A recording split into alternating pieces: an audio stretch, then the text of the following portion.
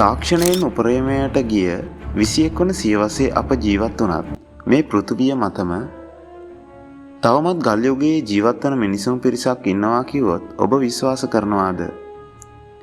ඔවුන් අන්තර්ජාලය ගැන දන්නේ නැහැ. ජංගම දුරකථන ගැන දන්නේ නැහැ.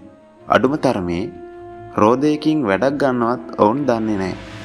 ඉන්දියන් සාගරයේ පිහිටි අන්දමන් දූපත් සමූහයට අයත් නෝර්ත් සෙන්ටිනල් දූපතේ වෙසෙන මේ මිනිසුන් අදටත් බාහිර ලෝකයට අභිරහසක්.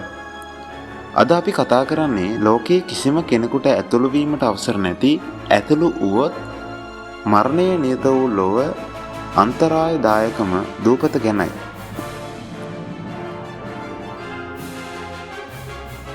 මේ දූපතේ පිහිටීම සහ ඉතිහාසය පිළිබඳව කතා කළොත් ඉන්දියාවට අයත් අන්දමන් සහ නිකෝබාර් දූපත් අතර පිහිටා ඇති මේ දූපත වර්ග සැතපුම් 23ක පමණ කුඩා ප්‍රදේශයක්.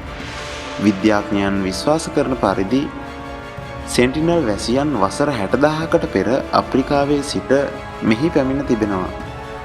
එදා ඉඳන් අද වෙනකම්ම ඔවුන් ලෝකයේ අනිත් කිසිම මිනිස්සු කොට්ටාසයක් එක්ක සම්බන්ධ වෙලා නැහැ. ලෝක යුද්ධ, ලෝක විනාශයන් මේ කිසිම දෙයක් ගැන ඔවුන් දන්නේ නැහැ. ඔවුන්ට තමන්ගේම භාෂාවක් තිබෙනවා.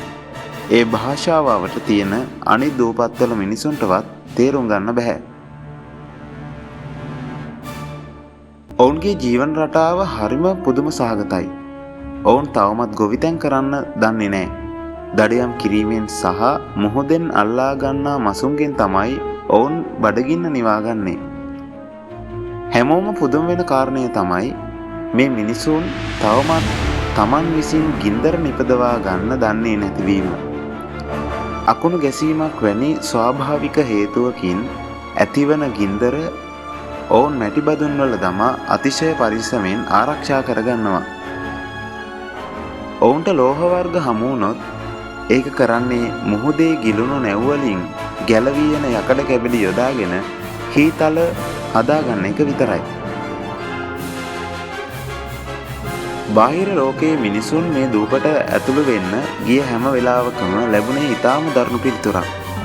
1974 දී නැෂනල් ජියෝග්‍රැෆික් කණ්ඩායමක් මේ දූපතේ වාර්තා වැඩසටහනක් කරන්න උත්සාහ කළා. ඔවුන් දූපත් වැසියන්ට තෑගි භෝග විදියට පොල් සහ සෙල්ලම් බඩු අරන් ගියා. ඒත් දූපත් වැසියන් කළේ ඒ හැම දෙයක්ම වලවලා දාලා ඒ කණ්ඩායමේ අධ්‍යක්ෂකවරයාට ඊතලයකින් විදින එකයි.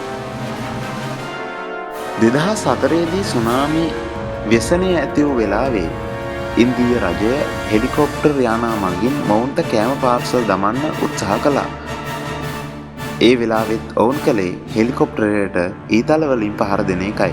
මෑත ඉතිහාසයේ මේ දූපත ගැන මුළු ලෝකයම කතා කරන්න පටන් ගත්තේ 2018 අවුරුද්දේ සිද්ධ වුණු එක්තරා සිදුවීමක් නිසා.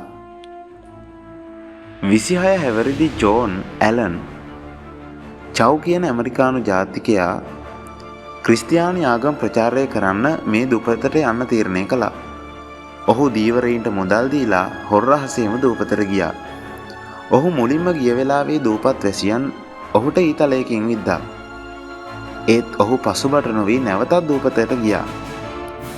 අවසානයේදී දූපත් වැසියන් ඔහුව මරා දමා වැල්ලේ වල දමා බව දීවරයින් දුරක සිට දැක තිබුණා. ඔහුගේ මල සිරුර පවා ලබා ගැනීමට ඉන්දිය රජයට අද වනතුරුත් හැකියාව ලැබුණේ නැහැ. අද වන විට ඉන්දිය රජය මේ දූපත වටා සැතපුම් 3ක ප්‍රදේශයක් දැඩි ආරක්ෂක කලාපයක් ලෙස ප්‍රකාශ කර තිබෙනවා. එතනින් එහාට කිසිම කෙනෙකුට යන්න අවසර නැහැ. එයට හේතු දෙකක් තිබෙනවා. පළමු හේතුව එතැනට යන ඕනෑම කෙනෙක් දූපත් වැසියන් අතින් මිය යාමට ඇති ඉඩකඩ.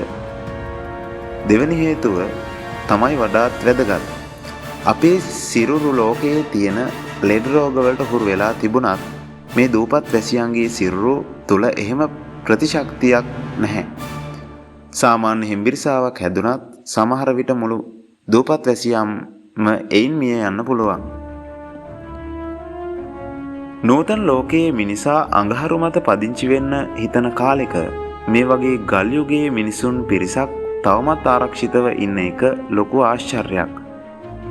ඔවුන් ලෝකයට පණිවිඩයක් දෙනවා වගේ පෙනෙන්නේ.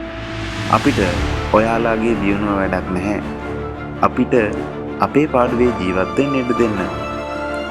ඉතින් මේ අභිරහස් සෙන්ටිනල් වැසියන් ගැන ඔබට මොකද හිතෙන්නේ? පහතින් කමෙන්ට් කරන්න. මේ වගේ තවත් විශ්මිත වීඩියෝ බලන්න අපේ channel එක subscribe කරන්න අමතක කරන්න එපා. අලුත් වීඩියෝකින් නැවත හමු වෙමු.